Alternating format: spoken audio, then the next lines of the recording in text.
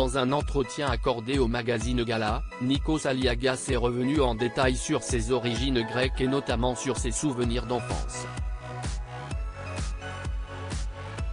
Chaque été, on partait en voiture à Missolonghi, d'où mes parents ainsi que mes grands-parents sont originaires, a-t-il raconté, avant de préciser qu'il a perdu son grand-père paternel à l'âge de 18 ans et sa grand-mère Maria 4 ans plus tôt. Nous allions dans leur maison à Stamna, que nous avons d'ailleurs conservée en l'état. J'y séjourne quelques jours par an avec mon épouse et mes enfants, a-t-il confié. Un lieu chargé d'histoire et très rustique, loin des artifices et du confort qu'il connaît en France. Les toilettes sont dans le jardin.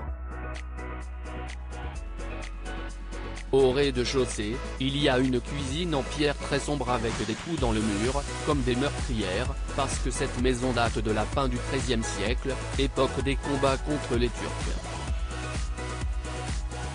Un autre monde. Il y a à peine l'électricité, pas de téléphone, pas de télé, rien, a-t-il détaillé, avant de saluer le courage de ses grands-parents. Ils ont été marqués par la rudesse de la vie et les difficultés liées à la guerre et la dictature. C'étaient des travailleurs manuels, des gens de la terre. C'était pour moi une fascination, les mains, les artisans, ça vient de là. Ils étaient à la fois modestes et très forts. Le présentateur de 50 Minutes Inside a également ajouté qu'il vivait dans un décor incroyable, loin d'être aseptisé comme celui de Paris.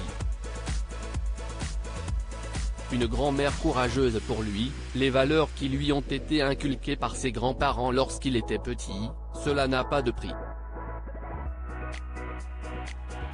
Je ne me suis jamais senti pauvre parce qu'on avait tout, le dialogue, l'amour, la culture. Et de manière générale, beaucoup de philosophie, a-t-il expliqué.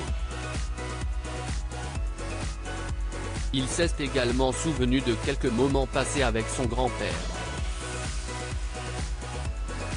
Après le réveil, il me disait, tu te nettoies le visage, et tu respires l'odeur d'un pot de basilic. Car quand tu sens le basilic, tu enlèves tous les mauvais esprits. Je me souviens aussi qu'il m'apprenait à lire le vol des oiseaux ou à décrypter leurs chants. Il a également eu une pensée pour sa grand-mère, qui décodait les rêves et protégeait du mauvais œil. C'était une sacrée femme. Courageuse. Et sur ce point, je peux me permettre de le dire, je tiens cela d'elle, a-t-il estimé. Nikos Aliagas n'a jamais caché sa fierté pour ses origines grecques.